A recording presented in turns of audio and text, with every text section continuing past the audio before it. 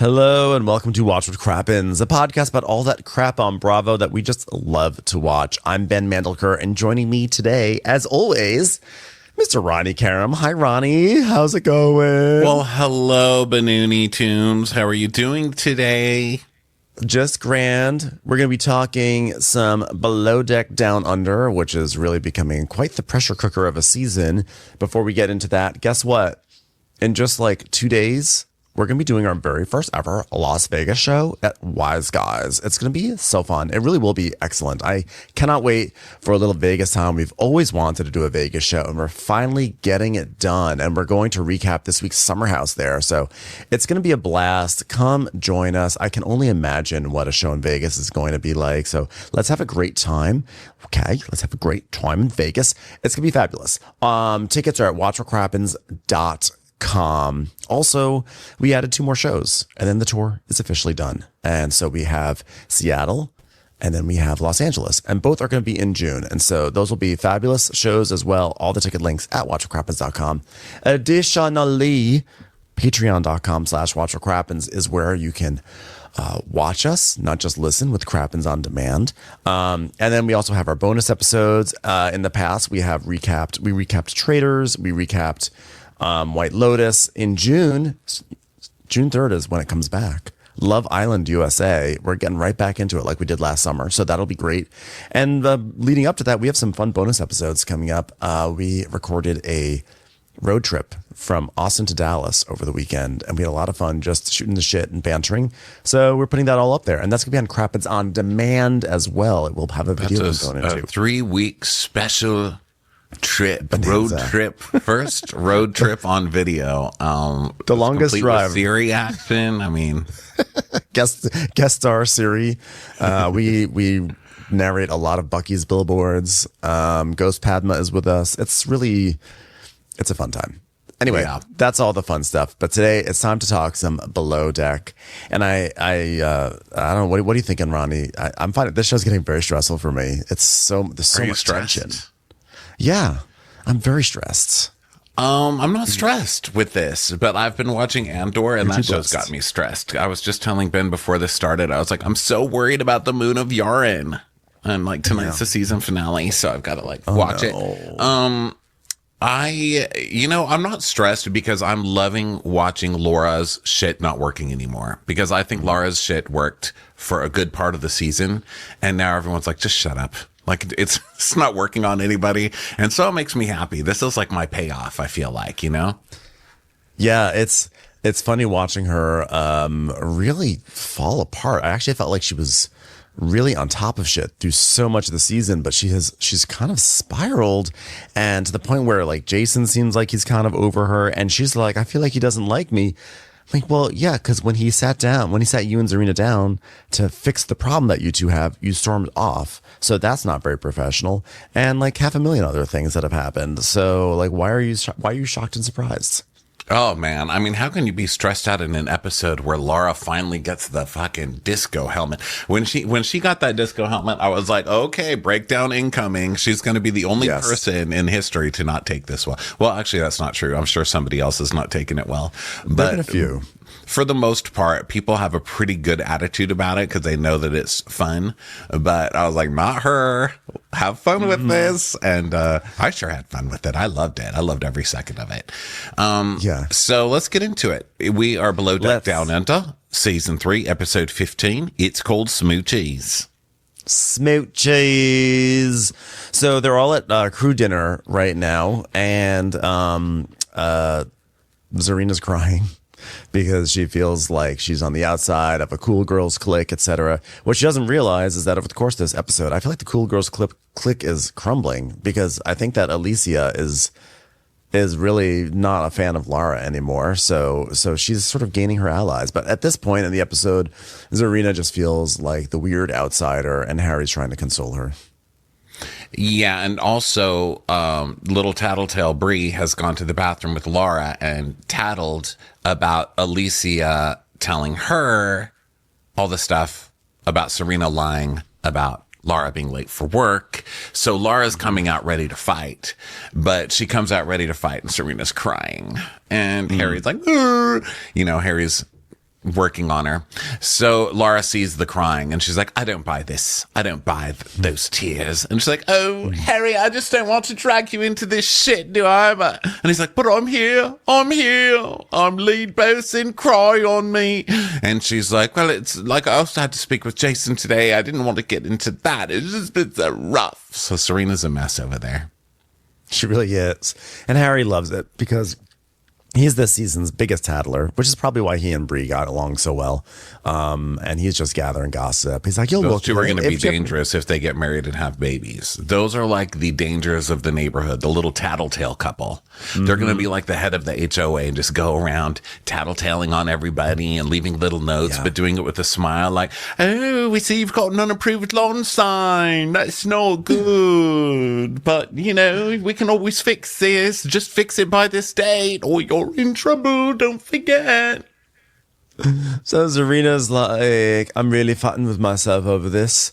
I want to make things right, but then I also don't want her to walk all over me because I don't think I'm in the wrong. So then Nate comes over and he gives Zarena a hug. And now they go off to the club.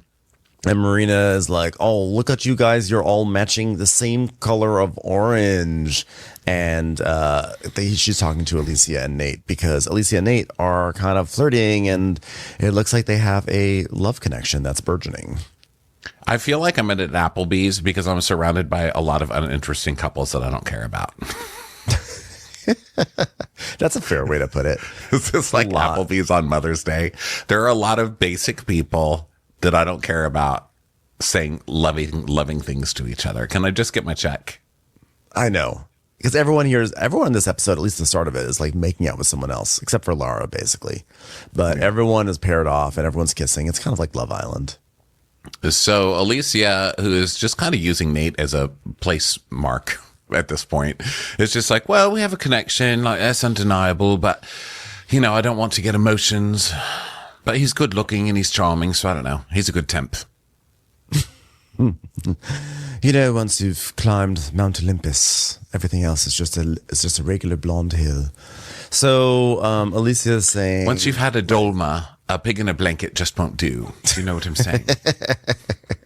Once you've had tzatziki, plain yogurt just isn't quite the same, is it?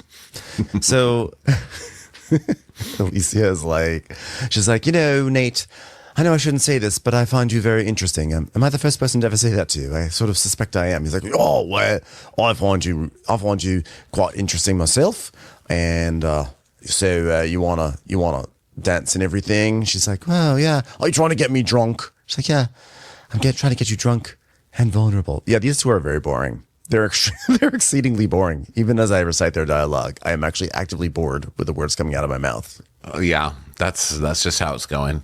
So then they go back to the boat and they're in the cabs and Harry's like, ooh, what does everyone think of Alicia and what's his face? Do you think they'll ever leave trash on their lawn by accident and not pick it up until I send Bree over?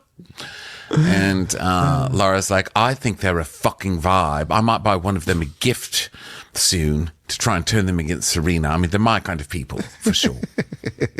I'm always going to root for Strawberry. So Alicia is talking, like she's saying how they danced, and they're like just being jokey, and it's like, yeah, we had a little bit of a movie moment. We had a little bit of a kiss, because I think they kissed on the dance floor, I believe. And so Zarena's like, oh, that's great. I'm going to eat a pizza in bed and cry, and I'm going to pretend to fall asleep and snore and see if Laura tries to suffocate me with a pillow. I bet she will, stupid bitch. I don't like that Serena says that in such a sad way. Like, I'm going to eat a pizza and cry. I'm like, it's called Saturday. Like, why are we acting like that's not our favorite day of the week? Is it Saturday or is it Saturday? Well, yeah. It's a Saturday. It works.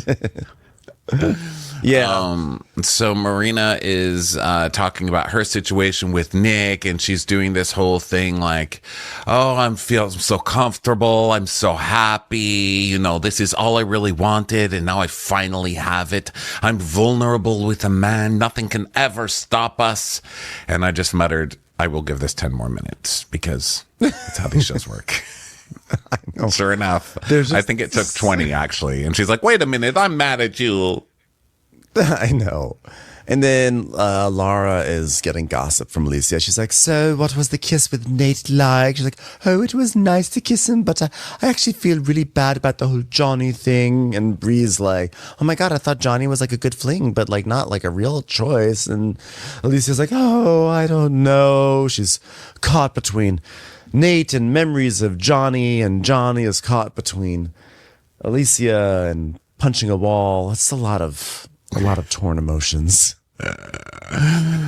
There's so much emotion for people that you've known a week. You know, she's like, well, should I date that guy? Should it be the one that I've known for a week or the one that I've known for a week? I just don't know. I just don't know. And Nate's much more confident, you know. He's like, I don't know if you guys saw us ripping up the dance floor, but we kissed and then dancing. Soon we'll be married with babies. I'll catch up with my sisters yet. And then Harry's like, I think it stinks in here. And he's like, yeah, I farted. Left that part out of the story, but major farts. Hey girls, I don't know if you know about this, but Nate likes to fart in small rooms. You didn't hear it from me. XOXO, Gossip Harry. Nothing's happening. Now everybody goes to bed, but Marina and Nick are lying next to the hot tub being romantic. And then Bree and Harry are talking, and they just, there's not much chemistry here with Bree. What are you laughing at? I agree. I feel like they like each other. I feel like she likes him because he's a nice guy, and she got burned with like a not so nice guy. But I don't really see her being that into him. I think that he's really into her, but this is just like, I don't know. I don't really see the passion here. So it's like a sourdough piece of bread. It's like a slice of sourdough bread next to a slice of white bread. And they're both like, I know we should go together, but we just don't. We don't taste right together. But let's get in the bag together anyway, because we look the same. They both know which one's going to get served at the restaurant. Okay. When the flight attendant comes down the aisle in business class and says, which one do you want? The passengers are going to say the sourdough. Now, the other thing, here's where I don't know. I just had a moment. That's why sourdough and white bread are in my mind, because I usually buy sourdough loaves. And this week I was like, you know what? This isn't great. Like there's something like raw tasting or weird. And maybe I'm just sick of it because I've had it so much. And then so I went to the store, and this time I bought a white loaf. And let me tell you, I'm back to white. I'm back. Wow. I don't need to try and talk myself into thinking I'm a classier person. White bread's better. Fuck your sourdough. You know what you do to make sourdough? You take a little piece of fungus and you keep it growing at all times to keep it sour and disgusting. And I think that we're like, I have an adult palate, so I like sourdough better. But in truth, white bread is where it's at. There, I said it. I'll lead the revolution. Stand up for your right. I hear what you're saying. I love that you're taking back white bread. You're owning it. I hear everything you said, and white bread definitely, definitely delicious. But I'm going to say that sourdough is, in my mind, superior. I think it just has more flavor. It's more fun, and the way it hits the back of your tongue, that sour thing. Now, what I will say though is that they're like sourdough can't be subbed in for everything. So like, if you're gonna give me here's a sourdough bagel, no, it doesn't work like that. Bagel is bagel. Sourdough is sourdough. Never the twain shall meet. The twain shall. You know what? Never the twain shall. Twain is here. That's it. And twain is never the twain shall eat. You can't put sourdough in everything. I'll tell you this: Mark Twain was one picky eater. Okay, so Bree and Harry are doing their basic romance movie where she's like, yes. Are you happy? And he's like, I'm happy. You make me happy. I would love to keep traveling with you after the season. We could go to Cape Town, safari. There's so many people going against HOA rules. And she's like, yeah, you're going to be an amazing travel partner. He's like, yeah, I can't wait to take you to my favorite hostel. And she's like, when he says, we're going to go to a hostel in New York. Now, she's from New Jersey, so she knows what a hostel in New York is roughly going to be like. And she's like, we're on TV right now. Like, we don't have to do the hostel thing. Like, we're kind of celebrities now. She is that. Nothing is more ick-inducing than saying, I can't wait to do a hostel in New York. You know who was in a hostel in New York? Luigi Mangione, whatever his face is. That's the vibe you're going to get, okay? You're just selling tickets to the hostels now. You're just selling tickets. Now everybody's yes, like, yes, there'll be hot people. I'm totally in. Hostel it is. Yes, there will be hot people, but they may just shoot you on the sidewalk. Yeah. And so she's like, is there a room service in hostels? It's like, nope. No. They'll probably There's ask not even you room. to do it, you know? There's no service. They're like, hey, guys, we've got a famous maid. Congratulations. We're going to finally get the community toilet cleaned. Famous me. She's like, that's the biggest red flag ever. I would say so. Don't you ever, the word hostel should never come up in the courtship phase. Okay. I stayed in hostels when I first moved to New York. I stayed in a couple and they weren't so bad. I liked them. I don't know if I do it now, although I did pass a hostel. We were in some city recently and I passed a hostel. I was like, oh, that's a nice hotel. And it was a hostel. And I was like, wow, it's actually kind of nice. I think we're too old though, right? To be walking in and being like, hello, young people. What you guys got on your Kindle? Let's all sit in a circle. Yeah, the hostel window for me has closed. Unfortunately, it also never really opened. I just was like, I just can't. I'm never gonna not. I was like, I can't do it. I understand they're a really great option for people who don't. Yeah, if you're broke, if you want to travel on a dime, obviously they're a great service for that. But I was always like, ew, gross. I'd just rather not travel. I would just sacrifice the travel than go to a hostel. Well, I went to live my dreams of being a waiter in a pizza restaurant. So. Yeah, that was fun. It's time for a commercial. It's time for a Crappens commercial. So, now we go back to Nick and Marina by the hot tub, and he's like, oh, I'm going to the hot tub, yeah. And she's like, why is hot tub green? And he's like, because there's copper in the water tank, and when it oxidizes with oxygen in the water and the air, it turns green. This is are all the men just trying to turn off the women today? We go from hostile talk to oxidizing copper. But she loves this. She's like, oh, God, it's hard for me to open up because I don't want to be seen as weak. And I see my mom give her whole heart to my dad and my dad just throws it away. But Nick, the way he talks about copper and water, God, that really turns me on. All I want to do is talk about oxidation. You know, tomorrow I'm going to ask him about Statue of Liberty and I'm kind of expecting a full-blown orgasm. All I wanted for my mother's and father's wedding or for their relationship was to be oxidated. And now I've finally found the man. I'm finally going to be vulnerable after mom and dad. I was like, weren't you just in love with the bosun 2 weeks ago? Like, why are you acting like it takes you so much time to open up? It doesn't. And like, but I'm sorry about your parents. Sorry about your parents, but not everything also needs to be connected to your grandma too, either. It's like, oh, so the water's green because of oxidation. Oh, my grandma would love to hear that story because she basically turns red with all the hard work she does keeping our family alive. So between grandma turning red and pool turning green, it's just so exciting to see things changing colors. I don't want to think about the future. I just want to think about the present. And the present, it's oxidated. Which is very nice. So then, and the present, I'll break my grandmother. They start talking about traveling the world together, and now they go to bed. And it's the next morning, and Nate is texting Alicia to see if she wants to meet up for the sunset, and then it's back to shammying everybody. Cleaning. All right, preference sheet meeting, everybody. Let's all meet up. How are we? And it's charter rate, 1 day charter, bunch of cheap ass bitches. All right, we've got a bunch of cheap ass people coming here. They're hostile people. Okay, these people have $20 to their name. Matt Rosenberg, he's an attorney from Pennsylvania. He doesn't believe in zippers. He's an Amish attorney. It's our first Amish guest. Nope. Oh no, it's just a regular non-Amish person. That's too bad. And he'll be joining with his wife Mia and 3 other couples. So they want to scuba, they want to go on a dive, they want to have a fancy tropical night, which, you know what, I'm actually kind of okay with that because it's like better than the person from New Jersey who comes onto the yacht in the Seychelles and says they want to have like Italian night. You know, it's like, why did you leave New Jersey? Come to the Seychelles and have tropical night. So I support this. Yeah. Just a little. Now's a good opportunity. Ben's Critics Corner on their itinerary choices. Well, it is nice to have kind of a basic one after like, let's do a circus. You know, all of them get crazier and crazier. And these people are like, we're here for 5 minutes. Feed us and get us drinks. That would be great. Okay. Maybe we'll go swimming in the water. So he's like, all right, now the three of us need to talk. As heads of department and experienced people, you've got to stop the undercurrent. All right. We need to be working together. I do not like having to come out here and talk to people who work for me. Okay, please keep me out of this as much as fucking possible. So Laura's like, oh, he's looking at me and thinking this is all of my fault because Zarena has got her best fake happy smile on. Why is she being fake? Just smiling. Yeah, she's just sitting there having a good time. Yeah. She's, on my last boat, I definitely had a good relationship with my captain on board. We were close and I really ran the show. It's what I'm used to, so I don't want to disappoint the captain. Oh, could you imagine? No way.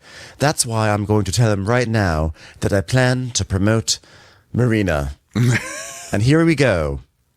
Oh, wow. That was a great moment. I just want things to be better for me and the captain, so I'm going to undercut him and undermine him right now. In front of everybody. Yeah, I think that this captain would have let you run the show too, but you're the one going around and trying to manipulate and undermine people to the point that he actually had to step in. I mean, you're lucky to have this captain because he literally does not want to come out and do shit. He wants you guys to do everything. He doesn't want you to even ask him questions. He's like, just leave me alone. I came with a disco ball and kimonos. Okay. That's my personality. You got this guy. You've made him come out of his room because of you. And your drama. Yeah. It's been going the whole season, man.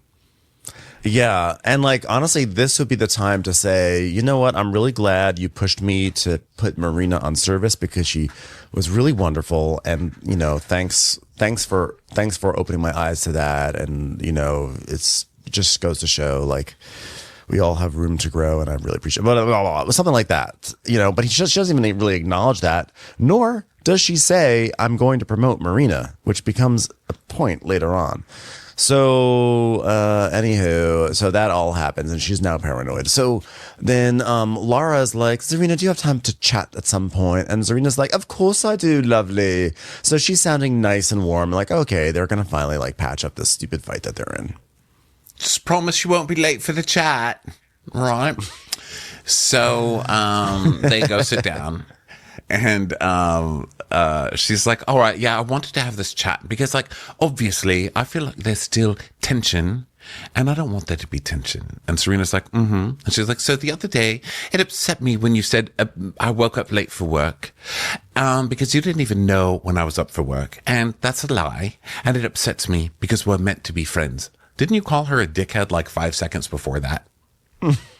Probably. Do I have a historian here to remind me of this? Because I think you did. And so she's like, I just want to move forward.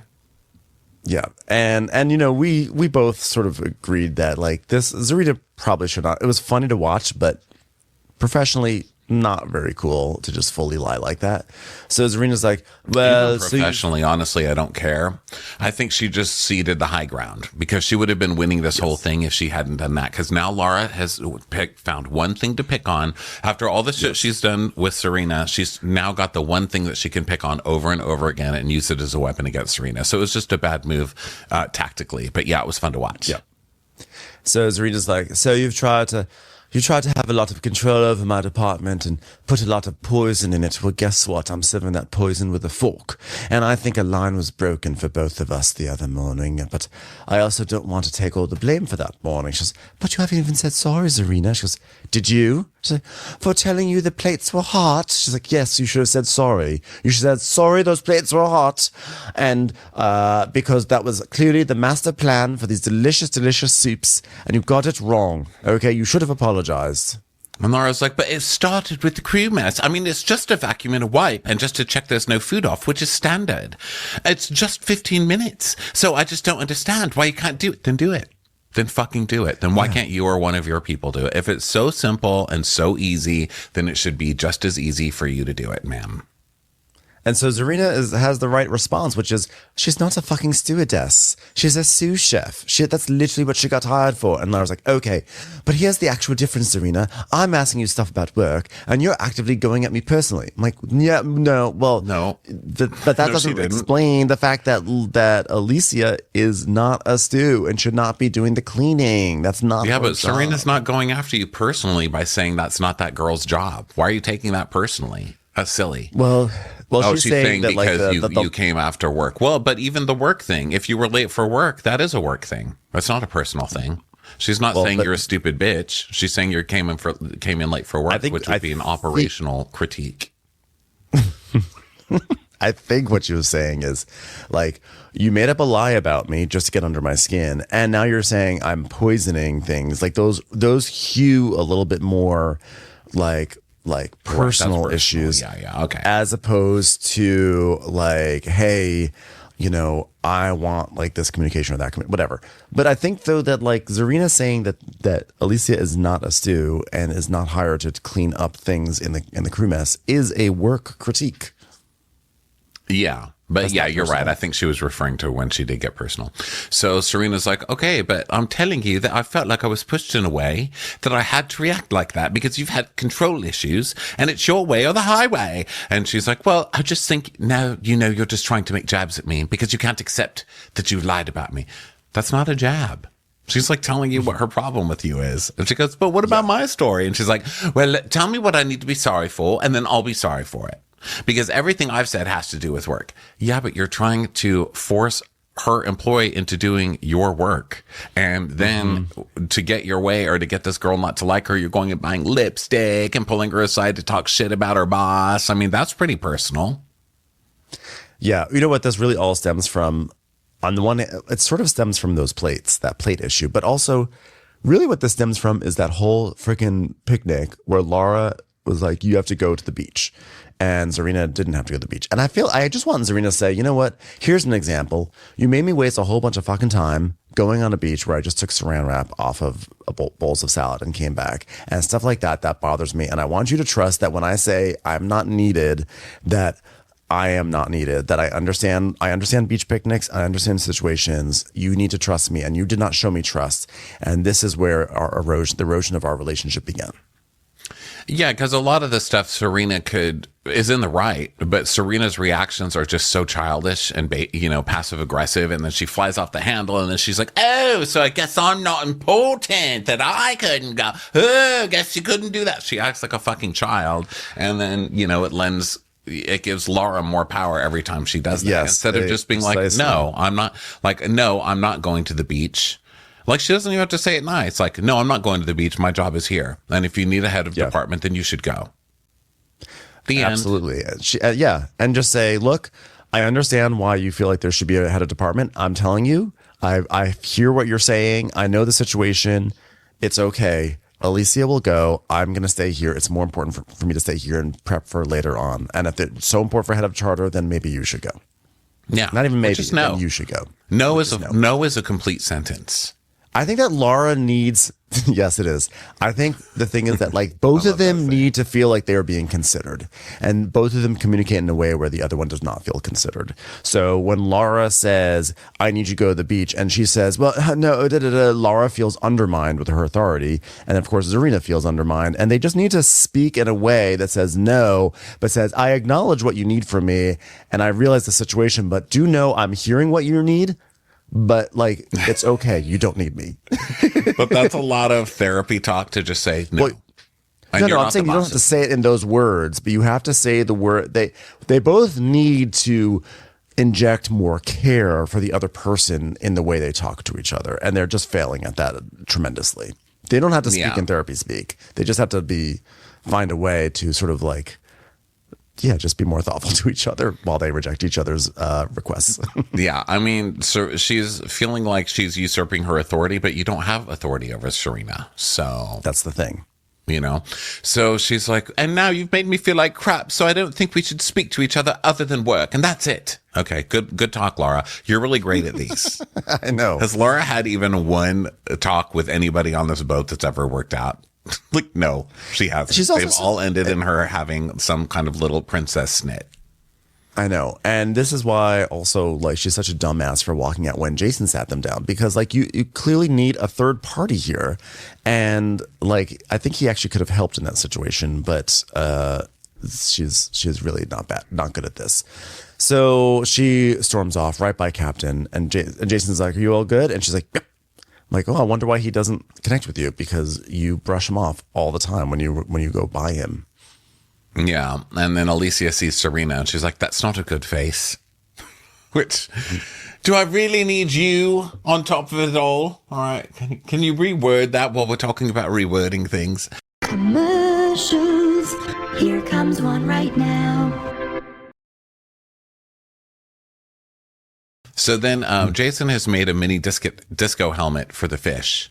And I wonder how many activists are like, how dare you put sharp things in the fish tank? Because, you know, they're like little glued squares on top of a... Don't worry, it will corrode down to nothing in that algae infested tank soon enough. Maybe, by the way, maybe now would be a good time to talk about the fish report for the week, since we're talking about the fish tank, shall we? Well, let's do it. Fish report. Fish report. Right out of the gate, I mean, look at this gorgeous neon green lobster. It looks like Ecto Cooler. It looks like 1992. This is one of the most tremendous lobsters we've ever seen. Its color matching is fantastic. Green and yellow go together very well. It's even standing next to a subtle pink. This is a diva of the lobster world. However, it is giving me broccolini. So I'm going to say no. Is it actually giving you broccolini? Is it like has a little platter like, sir, your broccolini has arrived? It looks, and look, its antennas are all wonky as well. He's drunk. This is a drunk broccolini lobster. Perhaps who's visited Chernobyl. Get it together, sir. Okay, stay away. When a sign says danger, do not enter. When it says Achtung, stay away. Our next fish is Return to the Parisienne makeup fish. We saw her, I think, a week or two ago, and she's just gorgeous. I love that she's actually one of the few fishes that actually just sits. Most of them are floating around. She's just like, I'm going to sit here on this rock, and I'm just gonna wait for my croissant to arrive. This is a judgy bee of a fish. I think she's got a cigarette in her hand look how her lips are kind of open. She's like blowing out some smoke. And then look how she looks up and down. Look how she gives us the body eye. She's like, oh my God, did you mean to wear that to work? You look disgusting. Did you see Celeste the other day? Did you see what she wore to the fish office? Disgusting. She's a slut. She's like, hold on, I'll get those copies done for you in just a minute. You're just sitting there. Oh, really? Well, I just got a call from my brother. It turns out our cousin Marie is in the hospital. She has gout. I can't work under these conditions. All right, next up is a shark. It's a shark. This is a shark who's found diet medication cheap online. Yes. So it's like, I can take as much as I want to. Yeah, this shark is just like a very chic shark. And it's very slow too. It's just like, look, I know I'm menacing, but I can also be stylish. Because it's been taking too much GLP-1s. It's like, I'm exhausted. I'm thin, but I'm exhausted. Yeah, exactly. Now, this next group here of fish, I included this because I think these fish should be saluted for their bravery. Because look they're this gorgeous little school, and then Harry comes along, and is just so menacing over them. And they're like, Jesus, can we just like enjoy our party without this big ass giant coming in and invading our space? So I'm just giving them a shout out for having to deal with hardship. I will say that I like Harry's eyebrows like this, all arched up, because he's under goggles, and so it's lifting his eyebrows up, and I think he looks very nice. Yeah. Also, the use of perspective here is really wonderful. This is a great shot.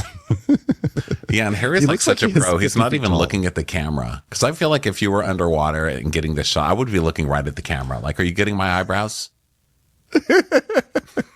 Also, the bigger fish here, they need to leave. This is not their party. It's not. To get out of here. And look at this one here at the top. Look how it's dancing. It's like, yeah, we don't need you twerking. I know you don't see many men down here.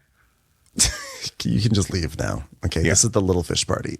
Yes. Okay, to this one, what I love about this one is this one loves drama. This is like I don't even know what this is called. It basically looks like a party, not like a it's basically like a tube. It's like a pom-pom going into a tube. Feathers popping out of a straw, basically, is what it looks like. It's like a straw and then boom. Hello, boys. This one's our most dramatic of the week. Let the sun shine. Let the sun shine in. This one's partying. I like this one. Yeah, this one's cool. just like, I've never seen something like that. Yeah, big drama, big explosion of hair. You know, the sea turtle is a classic. This one is included this week, mainly because we don't really often get a nighttime sea turtle, especially not lit from below. And I know that underlighting is not always what we want from our divas. But here, I think, I think the sea turtle is really showing off a beautiful pale underside for the cameras. Well, this is why I don't like going to like cruises or tropical locations where everybody's like in shorts and I feel all fat, because look at this turtle and his 8-pack. This turtle has an amazing figure. Gorgeous. And I'm just like, can I just enjoy my vacation without feeling inferior? You know, and I can't, because the turtle's like insisting on swimming above me in the night to show me his fucking 6-pack. One, two, really, all the hot aquatic animals or creatures are coming out today. Between this and the shark, I mean, it's like all the hotties are out today. Also, to this turtle, close your leg to married men. Okay. Yeah. And I think this is a pufferfish. And first of all, I just think that this pufferfish is just wearing a beautiful, clean, polka dotted look, but then also has some great earrings. Look at her fin earrings. She's like, I'm going to put on some big hoop earrings, and I'm just going to float along with these orange fish. So I just like the earrings are great. Look. The earrings are great. I love the dress that kind of goes with the fins, but it's not all the same things. The polka dots are great. I will say this fish has kind of extended butthole eyes. Yeah, and maybe like the makeup is a little bit too much on the face. It's giving like Meredith Marks wearing a mask. It's too much. Like, get an eye job, because like you have butthole eyes. You know what I mean? And they're gross. Yeah, fix those. But eyes. I love your outfit. Otherwise, great work. And then finally, wow! I know look like at this. Yeah, I was like, look, this normally the jellyfish just come floating on like stupid pieces of flotsam, but here this jellyfish puts on a show. We've never seen a more active jellyfish before on Below Deck. So I think this one gets honorary mention because it's featured on it's on the tease for next week. But look at this beautiful art. Look at this. Oh yes, this somersault, a somersaulting jellyfish. That's just unheard of. You know what else I appreciate about this? It's not see-through. This is a jellyfish that is solid. You don't have to see through the jellyfish and look at all their organs. And I really appreciate that. It's like a modest dancer jellyfish, you know? Yeah. It almost looks like a squid. Its tentacles look like a squid, but it's actually a jellyfish. It's kind of... Is it a jellyfish? Maybe it's not. Is it just a squid that has like an inverted face? I think it's a jellyfish. This is a squid with my Aunt Louisa's hair. My great Aunt Louisa had this haircut. But this squid, I mean, this jellyfish definitely works at like weddings and bar mitzvahs. Like, it's like, okay, we're gonna get the dance floor going. It's gonna like get out there on the dance floor and do some big moves, and then everyone comes on out. Like Aunt B gets out on the dance floor. Okay, that brings us to the end of the fish report. Fish report. My favorite was the lobster. Still, I have to say, I love that neon lobster. I'm going to give it to the somersaulting jellyfish squid Aunt Lulu hair. I'm sorry, butthole eyes, but you didn't even come in second. Like, fix your face. No, Butthole was not going to come in. No. Butthole eyes. Get out of here, butthole eyes.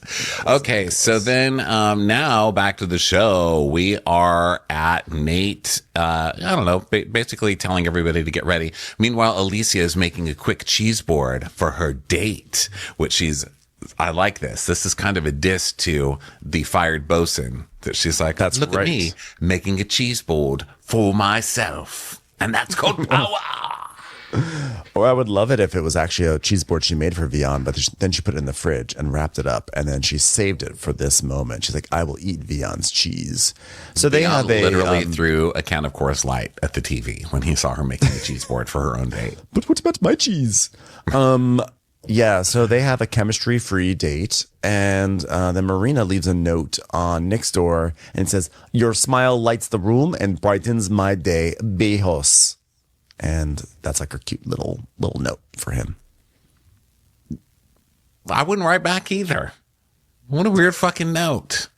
What, do I have to get reviewed every time I walk into a room? Like, keep your Yelp reviews. I'm just trying to live. So then Brie and Laura are talking, and Brie's like, Marina's been amazing. And Laura's like, yeah, Marina's been absolutely great. And they're basically saying how Marina's really, really good. And we never see this on Below Deck. Normally the stews, the second and third ones, or potential second ones, they usually fight to the death to get those stripes. But Brie is kind of like, yeah, Marina's really, really good at her job. Weirdly supportive. Not a common thing to see. And then Laura's like, well, I have to admit, Marina did great on service for somebody with dark hair. And maybe Jason does know a little bit about yachting. Oh. So you had to ruin it. You had one nice moment on the show, and you just had to go and ruin it. Yeah. So Nate and Alicia are on their date, and he's like, this has been an amazing date. And she's like, well, there has to be some perks in kissing the sous chef. I really appreciate you bringing the energy onto the boat. It's really refreshing. So everyone's watching them on the closed circuit TV on their date and everything. It's kind of like being in the head of household room on Big Brother, and they're all, it's cute. Serena's like, ew, kissing after eating cheese. Nick says, what animals? Animals. So then Nate's asking about the tattoo on her ankle, and she's like, well, it's my beat chart.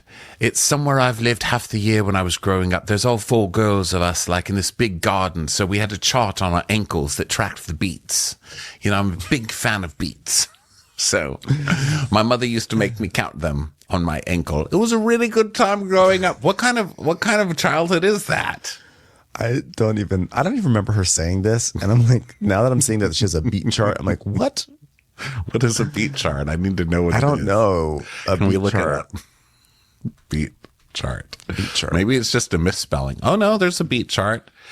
I mean, there's some here. One's a pie chart of different colors, and then one's a thing of a beat. And then there's like a size chart where you see small beats are 2 inches in diameter. Medium beats are 2.5. It couldn't be that, right?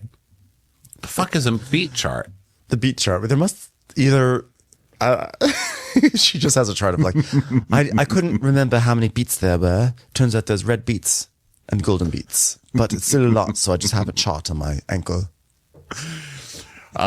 So yeah, she has a beat tattoo, and he's like, oh, you've got 4 sisters, do you? I'm so stoked to have a daughter. She'll have me wrapped around a little finger, I'm sure of it. I could have sworn he was about to do the age-old, well, I actually have a little girl. She lives in Fort Lauderdale with her mother, and everything I do is for her. I can't wait to see her. I was like, please don't do this. But he does. And he's like, a daughter on spec. I would have liked to have been married by now, but sometimes I get pretty intense pretty quickly. Years ago, I met a Texan girl on a plane, fell in love with her, brought her back to Australia, bought her a kangaroo, knocked up the kangaroo, lived through the chaos of that decision. She left me still with the kangaroo. Kangaroo became an alcoholic and a chain smoker, tried to make it work. Believe it or not, the kangaroo left me. Because I just fall in love that deep. Sir, we know you're just reciting the plot of Crocodile Dundee. Okay, stop trying to fool us. So we know it's Linda Kowalski you're talking about. So Alicia, meanwhile, they pack up and everything, and they go back downstairs, and they're like, Harry's like, oh, we've just been watching TV. And he's like, well, TV? Where? They're like, right here, we're watching your date. They're like, oh, funny. And Nate, importantly, says, all right, yeah, that's right. You got some footage. How the smoochies all around on that footage. And Alicia's like, did you call them smoochies? Smoochies? Please don't ever do that again. I can't get fanny flutters when you say things like smoochies. Smoochies? And this becomes an issue. This becomes a storyline. Smoochies. Smoochies is baby talk, isn't it? I'm just not doing it for me. No fanny flutters here. I mean, my vagina just folded in with the thought of that. So then Nick and Marina have a good night smoochie, and then they go to bed. So and Nick finds the note and then looks at the camera like, this note has oxidized. So now it's the morning, and it's 3 hours before charter. Everyone's waking up. Alicia's nervous, and Serena's saying how Laura's still refusing to speak to her, but like whatever. And Laura's like, okay, everyone, I'm going to keep it the same as last time, fellow stews. Marina, you'll be on service with me and Bree. Bree, I'm going to let you try to figure out how to turn on a shower. If you can do that, then there's a future for you. By the way, I know people are probably sick of us harping on showers. We were just in a hotel this week. I couldn't figure out the shower. I couldn't do it. Was it the really? The one the in Austin Dallas. one or The Dallas one. It had two knobs that went different ways, and I couldn't turn it off. I could not figure out how to turn it off. That's so stupid. Like, you see, this is we're even talking about this right now on Below Deck. It's too much. So Bree, I get you. So Laura is like, all right, now Marina, you've improved massively and you've taken on board everything that I've said.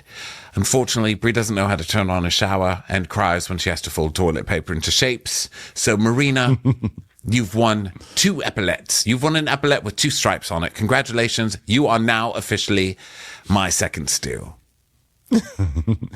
Yeah, this sort of came out of nowhere because it seemed like Marina was the runt of the litter. She begrudgingly let Marina be on service, and then after one service, she gets promoted. It almost seems too hasty, but I think actually your joke had truth in jest because she realized, oh, Marina can kick ass in the laundry and kick ass on service, and Bree is actually really all she can do is serve drinks. So I get it, but it just felt like such a hairpin turn that I just almost didn't even trust it. Well, this might seem like pushing it, and I know that sometimes I don't like people, and I tend to put every wrongdoing on that person, but I think she's being manipulative. I think she feels the tone of the boat turning against her, and she needs people on her side.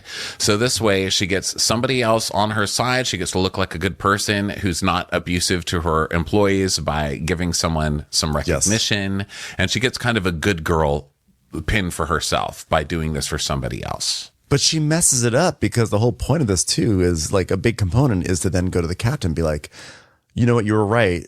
And well, you're right. And not only are you right, I think I actually want to make her second stew. And she doesn't do that. Like, hello, you got to squeeze this fruit for all its juice. I think it's hard for her to say that anybody else is right.